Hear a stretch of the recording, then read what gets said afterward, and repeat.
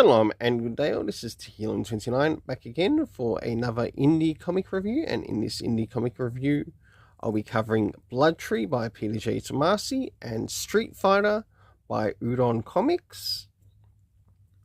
I'll now get things organized for the first one that I'll be reviewing. So the first one I'll be reviewing will be Blood Tree by Peter J. Tomasi. And moving into first things first, does this cover in any way, shape or form connect to something that is happening inside with the story? Sure enough it does, to which the character of Dario Azaro has come across some information that he has discovered about himself and didn't know. And we'll get to see a little bit more of that inside when we have a look at the art as we move into it next. So we'll now have a look around the art and the story, around the beginning, middle, and the end. So as the story begins, as we move into the beginning of the story, Dario has come across some information regarding his past and his history without him even knowing about it. And of course, one of the officers or the detectives that is working there at the time also notices something, and also a slight change of his character.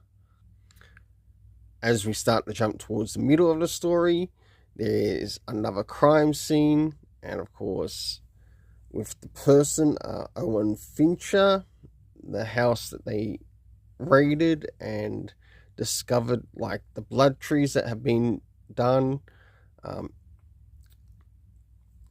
There's a bit of a conversation of sorts sort of happening, as they also find an earpiece connected to one of the latest victims. And of course, his actions do have some slight consequences, as the detective notices that he now, or the detective that he's working with notices that he's working with is actually feeling a little bit threatened now, seeing that what is known about him in the information, and he's doing what he can to protect himself plus his family. And of course, there are some things taking place in the Pennsylvania prison. So for the internal art, I gave it a 7 out of 10. Now it's time to move in regards to the area of the story. The first area of the story, covering the area of time to which we have an event take place at 4 a.m. in the morning, and that is when when Detective Azario goes to visit his parents, or the people who he believes to be or has been told that he is his parents but are not. And he now seems a little bit upset about that. You do see that in the story.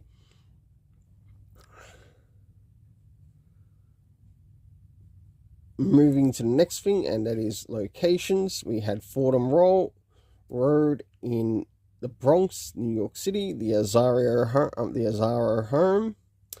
We had the Brooklyn Bridge, to which the next crime scene was seen at.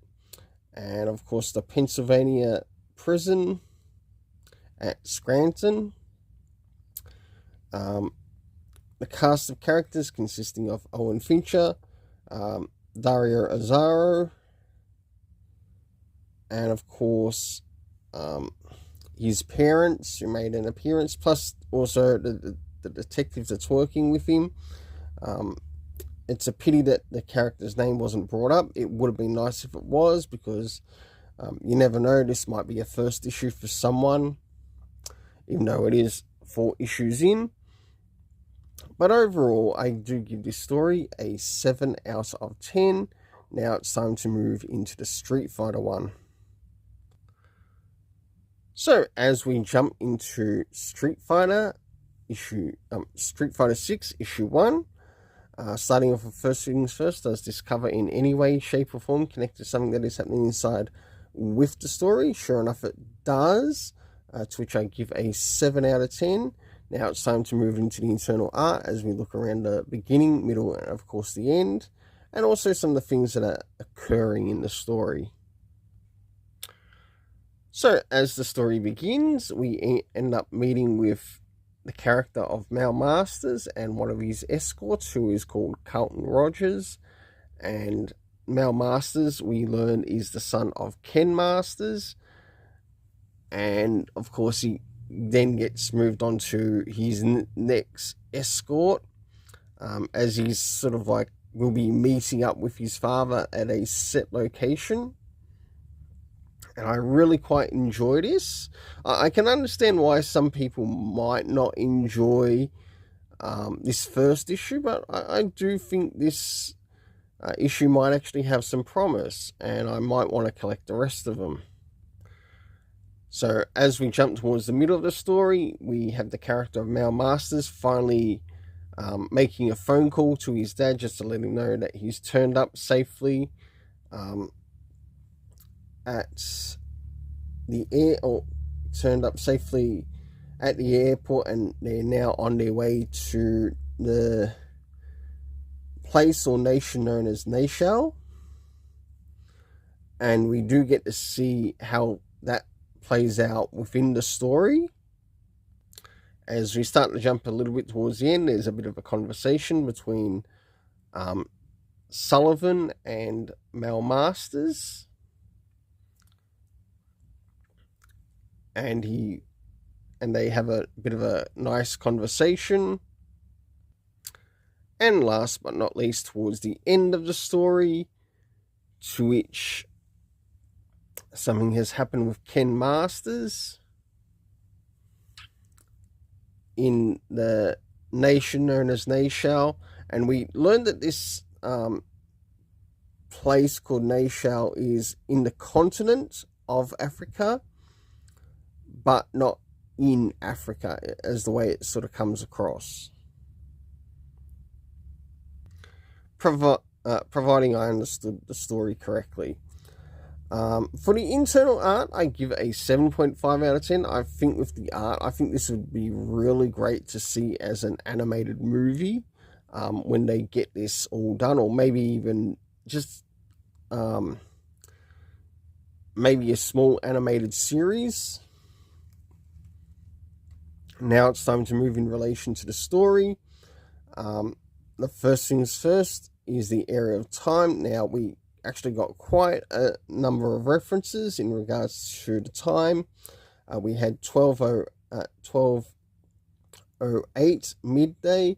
We had 1:40 p.m. We had 7:25 p.m. We also had 10:40 p.m., 11:46, and also 11:56 p.m., and 3:17 the next day. Next is the area of locations, to which we had the Capitan International Airport. We had the nation as Nashal, which feels like it's meant to be in Africa, but I'm not too sure whereabouts in Africa. But the name Nigeria did end up being brought up, so I'm thinking it might actually be somewhere outside of Nigeria. Just in this fictional universe. We also had sort of like in connection to the locations as including distances to the main location. So we had 320 kilometers to Nashal. We also had the arena. We had a hotel. We also had a particular site, 100 kilometers to Nashal. Moving into the cast of characters, we had Mal Masters, Carlton Rogers, Luke Sullivan, Ken Masters, who was going there to sort of like to promote the tournament. It almost felt a little bit like Tekken in a way, as to how the story was being done, and there was a little bit of upset from the main community of Nashell because they didn't want the tournament being held there. So it makes one wonder what's going to occur there and how the son of Ken Masters is also going to maybe play a part in the story, even though it might be a very small part. We had Secretary Kalima, we had Johan Petrovich, we had King Shari's, or King Shari. We also had Jackson, Marin, and also Sugimoto brought up. For the overall story writing in this, I gave it a 7.5 out of 10. Yes, a 7.5 out of 10. I'm definitely looking forward to checking out the next issue. Until then, let's keep it colourful and have yourself an awesome day.